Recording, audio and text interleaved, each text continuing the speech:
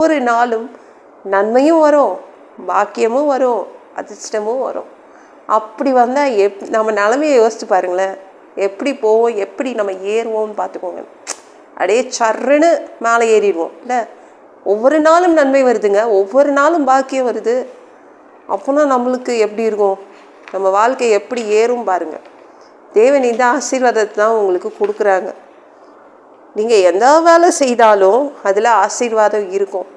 நீங்கள் என்ன பிஸ்னஸ் பண்ணாலும், எந்த தொழிலில் இருக்கிறீங்களோ அதுலேயே ஆசீர்வாதம் இருக்கும்.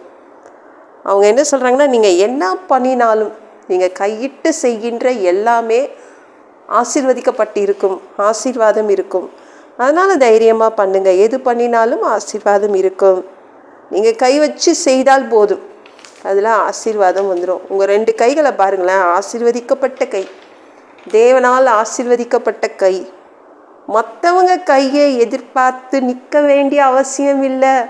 நாங்கள் இவங்கள தான் நம்பி வாழ்ந்துட்டுருங்க, அவங்கள நம்பி தான் வாழ்ந்துட்டுருங்க. மற்றவங்க கையை நம்பி நீங்கள் வாழ வேண்டிய அவசியம் இல்லை. உங்கள் கையையே அவர் ஆசீர்வதிச்சு வச்சுருக்கார். நீங்கள் இங்கே எதை வச்சு, உங்கள் கைகளை வச்சு நீங்கள் எதை தொட்டாலும் ஆசீர்வாதம் தான். இவங்க வந்தாதான், இவங்க வந்து ஆரம்பித்தா ராசிங்க, அவங்க ஆரம்பித்து விட்டுட்டாங்கன்னா அது ராசி. அப்பெல்லாம் ஒன்றுமே கிடையாது. உங்கள் கையை ஆசீர்வதிச்சு வச்சுட்டாருங்க. உங்கள் கைகளில் ஆசீர்வாதம் இருக்குது.